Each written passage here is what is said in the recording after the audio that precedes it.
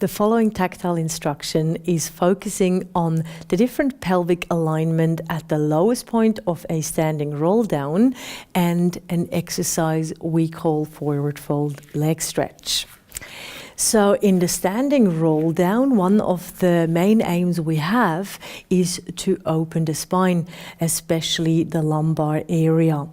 So at the lowest point of a standing roll down, the perceived pelvic orientation is posterior, as in the pelvis is lifted and tilted posteriorly to avoid hip flexion as much as possible.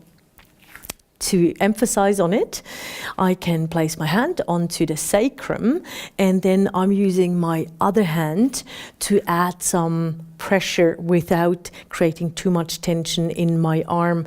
When I get really tense, I might transfer that tension onto the client, and of course that's not what we want. So I'm placing my hand onto the sacrum with the heel on the hand facing the tailbone. I even slide it a little bit lower than I usually would, and then with my top hand I'm applying some extra pressure. So I keep my hand or my hands where they are and just draw down, basically drop the heel of my hand a little bit to suggest a posterior pelvic tilt.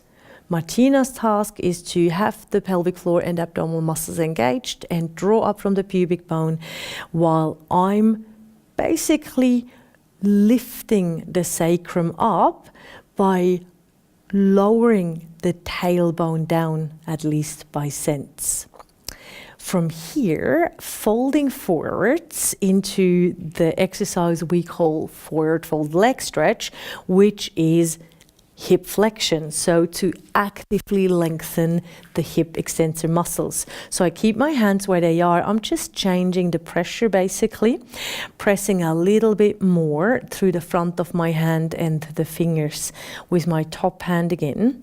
And then Martina is lifting up from the sit bones, and I'm giving her a little bit of extra, very nice, beautiful. I'm giving her a little bit of extra sense of a anterior pelvic tilt. From here again, reversing the pelvic orientation, I'm lowering the heel of the hand, lifting the pelvis, and beautiful, and just assisting Martina to get that sense from anterior to posterior pelvic tilt to initiate the rolling up motion.